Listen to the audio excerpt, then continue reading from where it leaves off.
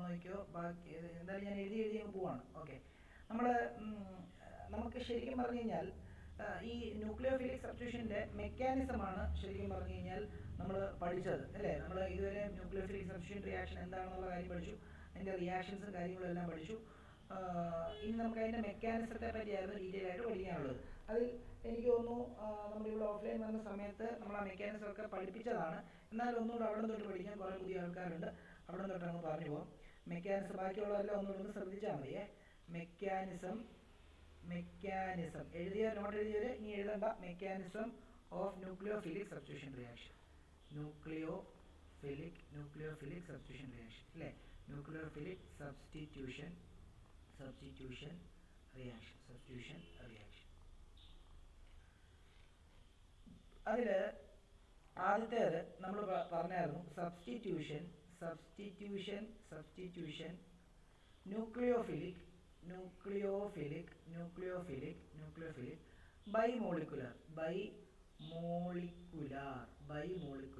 അതായത് SN2 എന്നാണ് പഠിപ്പിച്ചത് അല്ലേ. SN2 എന്നാണ് പഠിപ്പിച്ചത്. അതേപോലെ തന്നെ അതിൻ്റെ രണ്ടാമത്തെ മെക്കാനിസം എന്ന് പറയുന്നത് substitution nucleophilic unimolecular.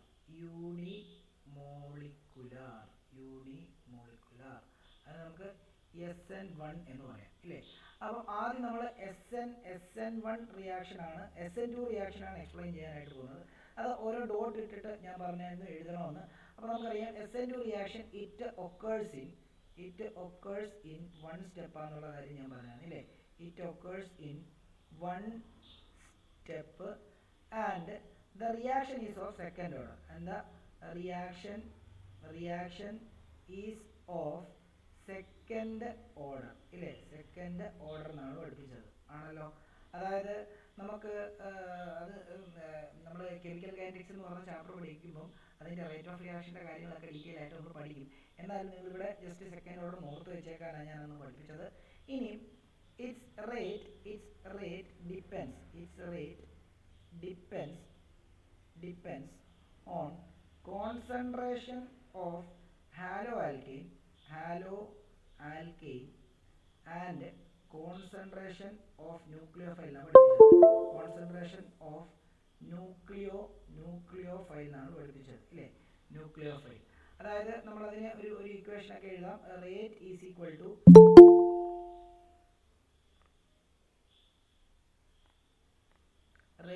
Equal to K into concentration of halo alkane നമ്മൾ RX എന്നാണ് റെപ്രസെൻറ്റ് ചെയ്തത്, ഇൻറ്റു എന്താണ് കോൺസെൻട്രേഷൻ ഓഫ് ഞാൻ എങ്ങനെയാണ് തന്നത്. അനീറ്റ എന്ന് പറയാം. അനീറ്റ ഉണ്ടോ ഇവിടെ? അനീറ്റ. ഓക്കെ, ഈ K into concentration of RX ഞാൻ RX എന്നാണ് പറഞ്ഞത്, അതോ കോൺസെൻട്രേഷൻ ഓഫ് ഹാലോ ആൽക്കെയിൻ എന്നാണ് പറഞ്ഞത്? RX. Okay, RX into nucleophile ഇങ്ങനെയല്ലേ പറഞ്ഞേ. ന്യൂക്ലിയോഫൈൽ. ഓക്കെ, ശരി. ന്യൂക്ലിയോഫൈൽ. അഭിരാം എഴുതിയെടുക്കുന്നുണ്ടോ? അഭിരാം എഴുതിയെടുത്തോണേ. അഭിരാം. Okay sir. ഓക്കെ, ഇനിയും അതേപോലെ അപ്പം ഇതിൻ്റെ പവർ നോക്കി. ഇതിൻ്റെ പവർ 1 ആണ്, ഇതിൻ്റെ പവർ 1 ആണ്. അതുകൊണ്ടാണ് നമ്മൾ 1 + 1 = 2 എന്ന് പറയുന്നത്. അതുകൊണ്ടാണ് ഇതൊരു സെക്കൻഡ് ഓർഡർ റിയാക്ഷൻ ആയത്. അതായത് ഇവിടെ ഒരു റിയാക്ഷൻ നടക്കുന്ന സമയത്ത് റിയാക്റ്റന്റിന്റെ കോൺസെൻട്രേഷനെയാണ് ശരിക്കും പറഞ്ഞാൽ ഇതിന്റെ റേറ്റ് മീൻസ് ആ റിയാക്ഷന്റെ സ്പീഡ് ഡിപ്പെൻഡ് ചെയ്യുന്നുള്ള കാര്യം ഓർത്തേക്ക്. ഓക്കെ ആണല്ലോ. ഇനി അടുത്തത് പഠിക്കാനുള്ളത് എന്താണെന്ന് ചോദിച്ചു കഴിഞ്ഞാൽ ഇതിന്റെ എങ്ങനെയാണ് ഇത് ഈ റിയാക്ഷൻ നടക്കുന്നതെന്നുള്ളതാണ്. അപ്പോൾ അതിനായിട്ട് ഞാൻ ഡാഷ് ആൻഡ് വെഡ്ജ് മോഡൽ എന്ന് പറഞ്ഞൊരു മോഡൽ പഠിപ്പിച്ചായിരുന്നു. അപ്പോൾ അതിനകത്ത് നമ്മൾ നോക്കി CCl നോക്കിയോ. ഇവിടെ ഞാൻ സിമ്പിളായിട്ട് എന്ത് ചെയ്തിരിക്കുക, ഒരു എച്ചിനെ കൊണ്ട് വെച്ചിരിക്കുകയാണ്. ഇവിടെ നമ്മൾ വെഡ്ജ് ഷേപ്പിൽ ഒരു എച്ചിനെ കൊണ്ട് വെച്ചിരിക്കുന്നു. ഇവിടെ ഡാഷ് ഷേപ്പിൽ ഒരു എച്ചിനെ കൊണ്ട് വെച്ചിരിക്കുന്നു. ഓക്കെ, ഇത് ശരിക്കും പറഞ്ഞാൽ CH3Cl എന്ന് പറയുന്ന ഒരു കോമ്പൗണ്ടാണ്. അതിൻ്റെ സ്ട്രക്ചർ ഇങ്ങനെ വരച്ചിരിക്കുന്നതേ ഉള്ളൂ. ഒരു നമ്മുടെ ന്യൂക്ലിയോഫൈൽ നമ്മൾ അറ്റാക്ക് ചെയ്യുമ്പോൾ OH- ന്യൂക്ലിയോഫൈൽ എന്ത് ചെയ്യുക, ദെൻ ഇവിടെ നിന്ന് വന്ന് ഇങ്ങനെ അറ്റാക്ക് ചെയ്യുക. ഇവിടെ നിന്ന് വന്ന് അറ്റാക്ക് ചെയ്യുമ്പോൾ എന്താ സംഭവിക്കുന്നത് അറിയോ, ഒരു ഇന്റർമീഡിയറ്റ് സ്റ്റേറ്റ് ഫോം ചെയ്യും. ഇവിടെ നോക്കിയോ, ഈ OH- ഇവരുമായിട്ട് ബോണ്ട് ഫോം ചെയ്യുമ്പോൾ കണ്ടോ, ഇത് ഫോം ചെയ്യുന്ന ബോണ്ടാണ് Cl. അപ്പോൾ എന്ത് ചെയ്യുന്നത്, ഇവിടെ ബോണ്ട് ഫോം ചെയ്യുമ്പോൾ ഈ രണ്ട് ബോണ്ടിനെയും ഇങ്ങോട്ടേക്ക് തള്ളും. അപ്പോൾ തള്ളുന്ന സമയത്ത് കാരണം ബോണ്ട് പെയർ റിപ്പൾഷൻ ഉണ്ടാവുമല്ലോ. അപ്പോൾ അതുകൊണ്ട് ഇത് ഇങ്ങനെ ആയിരിക്കും വരിക. അതായത് ഇത് ഇങ്ങനെ ആയിരിക്കും വരിക. ഇവിടെ എച്ച്, അതേപോലെ തന്നെ ഇവിടെ എന്താ, ഇവിടെ കണ്ടോ, ഇവിടെയും എച്ച് എന്ന് വരും, ഇവിടെയും എച്ച് എന്ന് വരും. ഓക്കെ, മോളിൽ എച്ച് അതേപോലെ തന്നെ. അപ്പം ഇവിടെ ബോണ്ട് ഫോം ചെയ്യുന്ന സമയത്ത് കാർബണിന് ചുറ്റും 4 ബോണ്ടേ പറ്റത്തുള്ളൂ. അപ്പോൾ ആ Cl ബോണ്ട് പതുക്കെ എന്ത് ചെയ്യണം, ബ്രേക്ക് ചെയ്യണം. അപ്പോൾ ബ്രേക്കിംഗ് തന്നെ ഇങ്ങനെ കാണിക്കുന്നു, കണ്ടോ, Cl. എന്നിട്ട് ഇതൊരു ബ്രാക്കറ്റ് ഇട്ട് വെച്ച് കഴിഞ്ഞാൽ ഇത് ഇന്റർമീഡിയറ്റ്, ഇത് ട്രാൻസിഷൻ സ്റ്റേറ്റ് എന്നാണ് പറയുക. ട്രാൻസിഷൻ സ്റ്റേറ്റ് എന്നാണ് പറയുക, അല്ലേ? ട്രാൻസിഷൻ സ്റ്റേറ്റ് എന്നാണ് പറയുക. ഓക്കെ, ഇനി എന്താ സംഭവിക്കുന്നത് അറിയാം? ഇത് ട്രാൻസിഷൻ സ്റ്റേറ്റ് ആണ്. ഇനിയും റിയാക്ഷൻ സംഭവിക്കുമ്പോഴേക്കും ഈ ബോണ്ട് കംപ്ലീറ്റ് ആയിട്ട് അങ്ങ് മേക്ക് ചെയ്യും, ഈ ബോണ്ട് കംപ്ലീറ്റ് ആയിട്ട് എന്ത് ചെയ്യും, ബ്രേക്ക് ചെയ്യും. അപ്പോൾ എന്താ സംഭവിക്കുന്നത്? ഇത് മേക്ക് ചെയ്ത് ബ്രേക്ക് ചെയ്യുന്ന സമയത്ത് ഇവിടെ തന്നെ ഇങ്ങനെയാണ് വരുന്നത്. സി, ഇവിടെ എച്ച്, ഇവിടെ എന്ത് ചെയ്യും, ഇവിടെ Cl, ഇവിടെ എന്താ സംഭവിക്കുന്നത്, ഇവിടെ ഈ ബോണ്ട്, അതായത് ഇവിടെ ഇവിടെ ഈ ബോണ്ട് അങ്ങ് മേക്ക് ചെയ്യും, അതായത് OH ബോണ്ട് അങ്ങ് മേക്ക് ചെയ്യും. ബാക്കി എന്താ, ഇവിടെ അപ്പോഴത്തേക്കും വേണ്ടത് ഇവിടുത്തെ ബോണ്ട് അങ്ങ് പൊട്ടിപ്പോകുന്ന സമയത്ത് ഈ രണ്ട് ബോണ്ടുകൾ വീണ്ടും എന്ത് ചെയ്യും, ഇങ്ങോട്ടേക്ക് നീങ്ങും. അങ്ങനെയാണെങ്കിൽ ഇവിടെ ഒരു ബോണ്ട് ഇങ്ങനെ വരുന്നു, ഇത് എച്ച്, അതേപോലെ തന്നെ ഇത് ഇങ്ങനെ വരുന്നു, കണ്ടോ. അപ്പം ഇവിടെ നമുക്കൊരു കാര്യം പ്ലസ് എന്താണ്, പോയ Cl മൈനസിനെ ഇങ്ങനെ കാണിക്കുക. അപ്പം ഇവിടെ ഒരു കാര്യം മനസ്സിലാക്കേണ്ടത് എന്താ, ഇവിടെ ഷേപ്പ് ഇങ്ങനെയായിരുന്നു, ഇതിൻ്റെ ഇവിടെ ഇങ്ങനെയായിരുന്നു, 2 എച്ച് ഇവിടെയായിരുന്നു, ഇപ്പുറത്ത് വന്നപ്പോൾ കണ്ടോ എച്ച് ഇപ്പുറത്തായി. അതിനർത്ഥം എന്താണെന്നറിയോ, ഈ SN2 reaction inversion of configuration ഉണ്ടാക്കി, അതായത് കോൺഫിഗറേഷൻ നേരെ തിരിച്ചു. ഓക്കെ ആണല്ലോ. പിന്നെ അതേപോലെ തന്നെ ഇവരുടെ ഒരു റിയാക്ടിവിറ്റി ഓർഡർ ഉണ്ട്. ഞാൻ പറഞ്ഞായിരുന്നു primary halo alkane, secondary halo alkane, tertiary halo alkane എന്ന് പറഞ്ഞാൽ എന്താ, ഇപ്പം ഇത് വെറും മീഥൈൽ ആലോ ആൽക്കൈൻ ആണ്. പ്രൈമറി ആലോ ആൽക്കൈൻ എന്ന് പറയുമ്പോൾ ഇവിടുത്തെ ഈ ഹൈഡ്രജൻ മാറിയിട്ട് ഇവിടെ 6 വരും, അത് പ്രൈമറി ആലോ ആൽക്കൈൻ. ഇനിയും ഇവിടത്തെയും ഹൈഡ്രജനെ മാറ്റിയിട്ട് അവിടെ രണ്ടിടത്തും 6 വന്നു കഴിഞ്ഞാൽ അതെന്താണ്, അത് സെക്കൻഡറി ഹാലോ ആൽക്കൈൻ ആണ്, ഇല്ലേ? അത് സെക്കൻഡറി ഹാലോ ആൽക്കൈൻ ആണ്. ഇനിയും അവിടുത്തെ ഈ മൂന്നിടത്തെയും ഹൈഡ്രജനെ റീപ്ലേസ് ചെയ്തിട്ട് അവിടെ 6 വരുവാണെങ്കിൽ എന്താണ്, അത് ടെറിഷറി ഹാലോ ആൽക്കൈൻ എന്ന് പറയും. ഓക്കെ ആണല്ലോ. അപ്പം നിങ്ങളൊന്ന് ആലോചിച്ച് നോക്കിയേ, ഈ 6 ഗ്രൂപ്പ് വരുവാണെങ്കിൽ അതിനെ ബൾക്കി ഗ്രൂപ്പ് എന്നാണ് പറയുന്നത്. അതുകൊണ്ട് തന്നെ ബൾക്കി ഗ്രൂപ്പ് വരുവാണെങ്കിലുള്ള പ്രശ്നം എന്താണെന്ന് അറിയാമോ, ഇതിനിടയ്ക്കോട്ട് ഇവനൊന്ന് ബോണ്ട് ഫോം ചെയ്യാൻ പറ്റത്തില്ല. അപ്പം ഏറ്റവും റിയാക്ടിവിറ്റി കൂടുതൽ നോർമൽ ആയിട്ടുള്ള മീഥൈൽ റാഡിക്കലാണ്, പിന്നെ പ്രൈമറിക്കും സെക്കൻഡറിക്കും ടെറിഷറിക്കുമാണ്. അതുകൊണ്ട് തന്നെ ഈ റിയാക്ഷൻ കഴിഞ്ഞ് കഴിഞ്ഞിട്ട് നമ്മൾ ഡോട്ട് ഇട്ട് എഴുതിയത് എന്തായിരുന്നു, റിയാക്ടിവിറ്റി ഓർഡർ എന്തായിരുന്നു, reactivity order primary greater than secondary greater than tertiary ഇല്ലേ? അതെന്തുകൊണ്ടാണെന്ന് ചോദിച്ചാൽ നമ്മളത് പറഞ്ഞായിരുന്നു. എന്താണ്, if bulky groups comes it is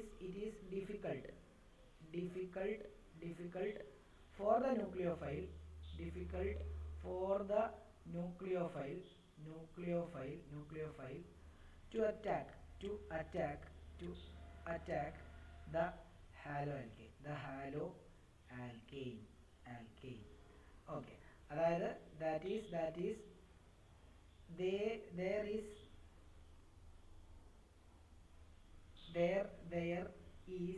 an inhibiting effect. ഞാൻ ഇത് തന്നിട്ടില്ലായിരുന്നെങ്കിൽ അത് എഴുതിക്കോണേ, ഓഫ്ലൈൻ ക്ലാസ്സിൽ ഈ ഒരു ടേം ഒക്കെ തന്നിട്ടില്ലായിരുന്നെങ്കിൽ ഒന്ന് എഴുതിക്കോണേ. Inhibiting effect due to steric hindrance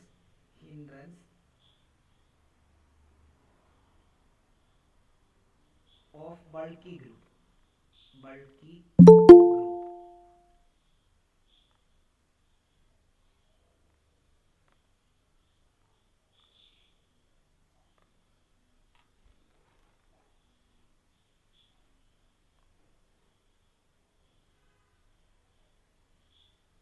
പിന്നെ നമ്മൾ ഒരു ഡോട്ട് ഇട്ട് നമ്മൾ ഓൾറെഡി പറഞ്ഞായിരുന്നു ഇൻവേർഷൻ ഓഫ് കോൺഫിഗറേഷൻ ആണ്. അതായത് SN2 റിയാക്ഷൻ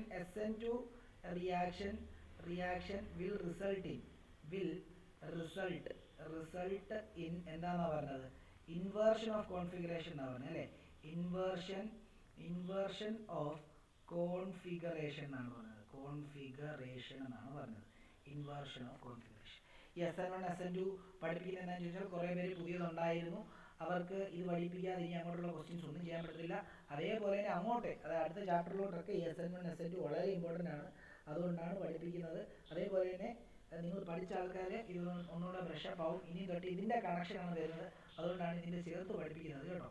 ഓക്കെ, അപ്പോൾ SN2 reaction will results in inversion of configuration. ഇത്രയുമാണോ ഞാൻ അനീറ്റ തന്നതെന്ന് പറഞ്ഞേ? അനീറ്റ പറഞ്ഞേ, SN2നെ പറ്റി ഇത്രയും തന്നുള്ളൂ. Okay okay fine. ഇനിയും അടുത്തത് എഴുതിയോ? അവരൊക്കെ എഴുതിയോ? ഇനിയും അടുത്തത് നോക്കിക്കോളൂ. അടുത്തത് SN1 ആണ്. SN1 റിയാക്ഷൻ ആണ്. SN1 റിയാക്ഷൻ എന്ന് പറയുമ്പോഴത്തേക്കും ഓരോ ഡോട്ട് ഇട്ടിട്ട് എഴുതാം. It occurs in two step. It occurs in two steps. And the reaction is of first order. അത് ഞാൻ ഓൾറെഡി പറഞ്ഞു, മറ്റേ സെക്കൻഡ് ഓർഡർ റിയാക്ഷൻ ആണ്. അവിടെ ഒരു റിയാക്ഷൻ നടക്കുന്ന സമയത്ത് ആ OH മൈനസിന്റെ, അതായത് ന്യൂക്ലിയോഫൈലിന്റെ കോൺസെൻട്രേഷനെയും ഹാലോ ആൽക്കീന്റെ കോൺസെൻട്രേഷനെയും അവിടെ ഡിപ്പെൻഡ് ചെയ്യുന്നുണ്ട്. ഇവിടെ ഒരു അതായത് ഇത് 2 സ്റ്റെപ്പിലാണ് നടക്കുന്നതും കൊണ്ട് ഇതിനകത്തെ സ്ലോവസ്റ്റ് സ്റ്റെപ്പ് ഏതാണോ അതിന്റെ റിയാക്ടന്റിന്റെ കോൺസെൻട്രേഷനെ മാത്രമേ ഡിപ്പെൻഡ് ചെയ്യുള്ളൂ. അവിടെ ഒരു റിയാക്ടന്റ് ഉള്ളതുകൊണ്ടാണ് അതിന്റെ ഓർഡർ ഫസ്റ്റ് ആയത്. ഇത് കെമിക്കൽ കൈനറ്റിക്സ് പഠിക്കുമ്പോൾ ഫസ്റ്റ് ഓർഡർ സെക്കൻഡ് ഓർഡർ എന്താണെന്നൊക്കെ ഡീറ്റെയിൽ ആയിട്ട് പഠിക്കും. തൽക്കാലം ഇത് ബൈഹാർട്ട് ചെയ്ത് വെച്ചാൽ മതി. ഓക്കെ ആണല്ലോ. ഇനി ഇതിന്റെ രണ്ടാമത്തെ ഇതെന്ന് പറയുമ്പോൾ it's rate depends only on the concentration of halo alkane. അപ്പം അത് rate is equal to K into എന്താണ് കോൺസെൻട്രേഷൻ ഓഫ് ഹാലോ ആൽക്കൈൻ മാത്രം. കണ്ടോ, ഇവിടെ റേസ് ടു 1 ആണ്. അതുകൊണ്ടാണ് ഇതിൻ്റെ ഓർഡർ എന്തായിട്ട് മാറിയത്? ഓർഡർ ഈസ് ഈക്വൽ ടു 1 ആയത്, ഫസ്റ്റ് ഓർഡർ ആയത്. ഇനിയും ഇവിടെ വീണ്ടും ഒരു ഡോട്ട് ഇട്ട് നമ്മൾ പറഞ്ഞായിരുന്നു, നമ്മൾ എപ്പോഴും പറഞ്ഞു എന്താണ് ലോവസ്റ്റ് സ്റ്റെപ്പ് ഡിറ്റർമൈൻസ് ദ എന്താണ് ഈ lowest step is the rate slowest ആണ്. Slowest step is the rate determining step എന്ന് നമ്മൾ എപ്പോഴും പഠിച്ചോണം. കാരണം എന്താണെന്ന് ചോദിച്ചു കഴിഞ്ഞാൽ, ഇപ്പം ഞാൻ ഇവിടെ ഓഫ്ലൈൻ ക്ലാസ് വന്ന പിള്ളേരോട് ഞാൻ എക്സാമ്പിൾ പറഞ്ഞിരുന്നു. എന്തായിരുന്നു പറഞ്ഞത്? അതായത് നമ്മളൊരു ഓട്ട മത്സരത്തിന് പോവാണ്. 3 പേര് നല്ലതായിട്ട് ഓടുന്ന ആൾക്കാരാണ്. ഒരാൾ അവരുടെ ടീമിലോട്ട് പുതിയതായിട്ട് വന്ന ആളാണ്. അവൻ അത്രയ്ക്ക് ഓടത്തില്ല, മറ്റവരൊക്കെ ട്രെയിൻഡ് ആണ്. ഇവൻ ഓടും, ഇവന് അത്യാവശ്യം നന്നായിട്ട് ഓടും, എന്നാലും അവർ അത്രയും ഓടത്തില്ല. അപ്പോൾ ഒരു മത്സരത്തിന് പോവുകയാണെങ്കിൽ അവർ ജയിക്കുകയോ ഇല്ലയോ തീരുമാനിക്കുന്നത് ഇവനാണ്. കാരണം ബാക്കി 3 ആൾക്കാർ നല്ലതായിട്ട് ഓടുമെന്ന് നമുക്കറിയാം. ഇവന്റെ ഓട്ടത്തിനനുസരിച്ചിരിക്കും ആ ടീം ജയിക്കുക. കാരണം ഇവനാണ് ആ ടീമിൽ ഏറ്റവും സ്ലോവസ്റ്റ് ആയിട്ടുള്ളത്. അപ്പോൾ എപ്പോഴും സ്ലോവസ്റ്റ് ആളാണ് റേറ്റ്. അപ്പോൾ എന്താണ്, ഇപ്പോൾ അവരുടെ ജയത്തെ ഡിറ്റർമൈൻ ചെയ്യുന്നതെന്ന് പറഞ്ഞ പോലെ തന്നെ ഇവിടെ 2 സ്റ്റെപ്പിലാണ് റിയാക്ഷൻ നടക്കുന്നത്. അതിൽ ഏതാണോ സ്ലോവസ്റ്റ്, ആ സ്ലോവസ്റ്റ് സ്റ്റെപ്പ് ആയിരിക്കും നമ്മുടെ ആ റിയാക്ഷൻ്റെ സ്പീഡ് നിർണ്ണയിക്കുന്നത്. ഓക്കെ ആണല്ലോ. അപ്പം അത് ഒന്ന് എഴുതി വെച്ചേക്കണം. സ്ലോവസ്റ്റ് സ്റ്റെപ്പ് ഞാൻ എന്താണ് ഇവിടെ തന്നില്ല എന്നുണ്ടെങ്കിൽ ജസ്റ്റ് ഒന്ന് എഴുതി വെച്ചേക്കണേ.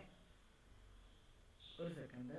Okay, slowest step determines the rate. ഞാൻ ഓഫ്ലൈൻ വന്നപ്പോൾ ഇത് തന്നില്ലായിരുന്നെങ്കിൽ ഒന്ന് എഴുതി വെച്ചേക്കണം കേട്ടോ.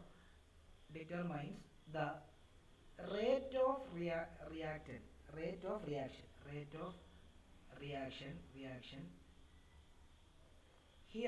Here first step is slow. That's why the rate depends only on the concentration of Rx and has order of 1. ഇത് ഞാൻ ഓഫ്ലൈൻ വന്നപ്പോൾ തന്നില്ലാത്തൊരു പോയിന്റ് ആണെന്ന് തോന്നുന്നു, എഴുതി വെച്ചേക്കുക.